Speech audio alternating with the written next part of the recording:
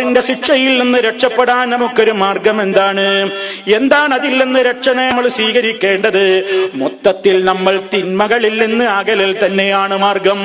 ഖബറിലെ ശിക്ഷയിൽ നിന്ന് നമുക്കൊക്കെ രക്ഷ കിട്ടണ്ടേ? അതിനെന്താണ് വേണ്ടത്?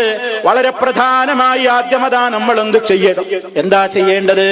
നിരന്തരമായി ദുആ ചെയ്തുകൊണ്ടിരിക്കണമല്ലോ. അല്ലാഹുവിന്റെ റസൂലിന്റെ പതിവതായിരുന്നു. അവിടുന്ന് നമ്മോട് പഠിപ്പിക്കുകയും ചെയ്തിട്ടുണ്ടല്ലോ, തഅവ്വദൂ ബില്ലാഹി മിൻ അദാബിൽ ഖബർ. ഖബർ ശിക്ഷയിൽ നിന്ന് അല്ലാഹുവിനോട് കാവൽ ചോദിച്ചോളൂ. ഇസ്തജീറൂ ബില്ലാഹി മിൻ അദാബിൽ ഖബർ. അങ്ങനെ ധാരാളം റിപ്പോർട്ടുകളിൽ നമുക്ക് കാണാൻ സാധിക്കും. നബി സല്ലല്ലാഹു അലൈഹി വസല്ലം അതാ ഖബർ ശിക്ഷയിൽ നിന്ന് രക്ഷ ചോദിക്കാതെ ഒരൊറ്റ നിസ്കാരത്തിൽ നിന്നും വിരമിക്കാറില്ല. ഏതുപോലെ എത്രത്തോളം ഇബ്നു അബ്ബാസ് റളിയല്ലാഹു അൻഹുമാ പറയുന്നു, അന്ന റസൂല കാന യുഅല്ലിമുഹും ഹാദ ദുആ കമാ യുഅല്ലിമുഹും സൂറത മിനൽ ഖുർആൻ. ഖുർആനിൽ നിന്ന് ഒരു സൂറത്ത് പഠിപ്പിക്കും പോലെ അല്ലാഹുവിന്റെ റസൂൽ ഞങ്ങൾക്ക് പഠിപ്പിച്ചു തന്ന ദുആയാണ് അല്ലാഹുമ്മ ഇന്നി അഊദു ബിക മിൻ അദാബിൽ ഖബർ. നിസ്കാരത്തിൽ നമ്മൾ പറഞ്ഞുകൊണ്ടിരിക്കുന്നുണ്ട്. പക്ഷേ എത്രയോ ആളുകൾക്ക് അവര് നമസ്കാരത്തിൽ ആ വാചകം പറഞ്ഞത് ഓർമ്മയുണ്ടോ? നിസ്കാരത്തിൽ അങ്ങനെ ഒരു കാര്യം നമ്മൾ ചോദിക്കുന്നത് ഓർമ്മയിലുണ്ടോ? ഇല്ലല്ലോ. കാരണം നമ്മൾ ഓട്ടോമാറ്റിക്കലി അതാ ഇരുന്ന് കഴിഞ്ഞാൽ അത്തഹിയാത്തിൽ അങ്ങ് തുടങ്ങിയിട്ട് മസീഹ് ദജ്ജാൽ വരെ അങ്ങ് സ്പീഡിൽ പാരായണം ചെയ്തു പോയി എന്നതല്ലാതെ അതിന്റെ ഇടയ്ക്ക് ഞാൻ എന്റെ റബ്ബിനോട് എന്താ ചോദിച്ചത്? അത് ചിന്തിക്കുന്ന പുരുഷന്മാരുണ്ടോ? അത് ചിന്തിക്കുന്ന സ്ത്രീകളുണ്ടോ?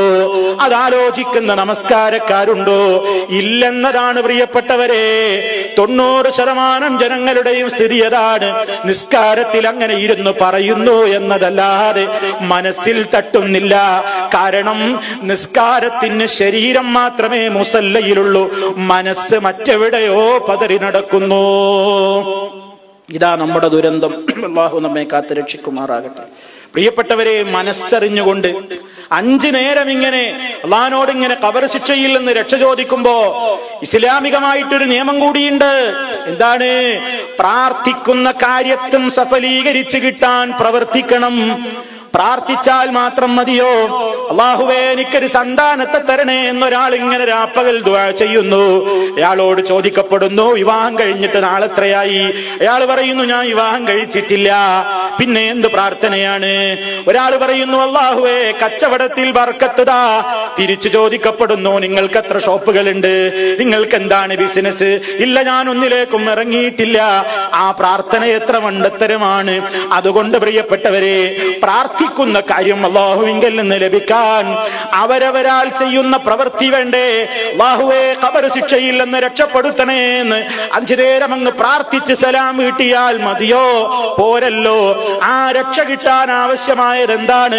ഒന്നാമത് നമ്മൾ മുവഹിദുകളായി തീരണം. ലാ ഇലാഹ ഇല്ലല്ലാഹ്, ആ കലിമത്തു തൗഹീദിന്റെ ആദർശത്തിനെതിരെ ചെയ്തുകൂടാ.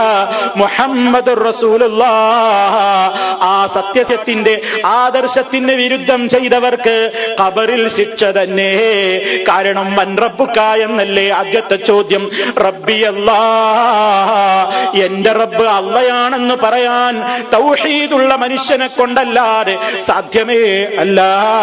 റസൂലുള്ളാഹി സ്വല്ലല്ലാഹു അലൈഹി വസല്ലമിനെ കുറിച്ചുള്ള ചോദ്യമല്ലേ അടുത്തത്.